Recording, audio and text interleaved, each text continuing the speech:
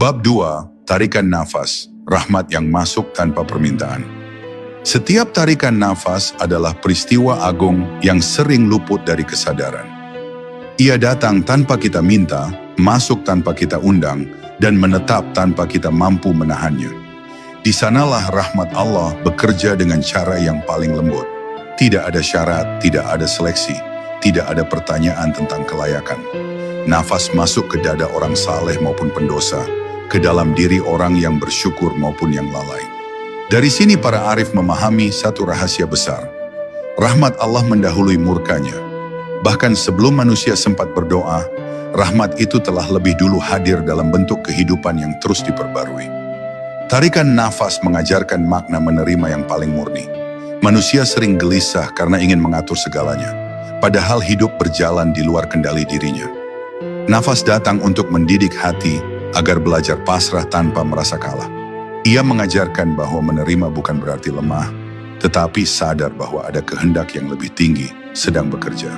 Ketika tarikan nafas disadari dengan penuh kehadiran, hati perlahan melepaskan sikap menuntut. Ia berhenti bertanya mengapa dan mulai belajar mempercayai. Di titik ini, jiwa mulai merasakan ketenangan yang tidak bergantung pada keadaan luar.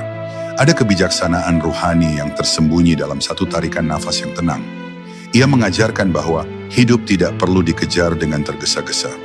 Nafas tidak pernah panik, meski dunia sedang kacau.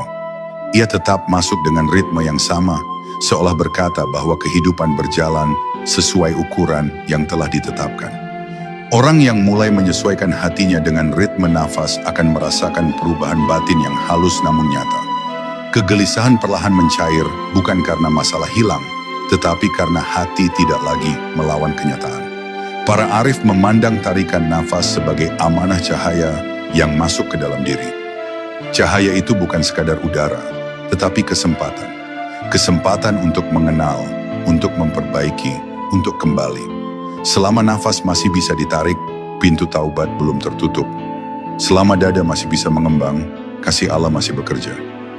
Kesadaran ini membuat hati menjadi lembut. Ia tidak mudah menghakimi orang lain, karena ia tahu bahwa setiap orang masih diberi nafas yang sama dan masih berada dalam lingkaran rahmat yang sama. Maka ketika engkau menarik nafas dengan sadar, jangan anggap itu hal biasa.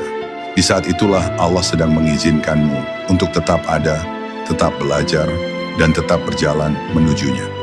Tarikan nafas adalah bisikan tanpa suara yang berkata bahwa hidupmu masih diperhatikan.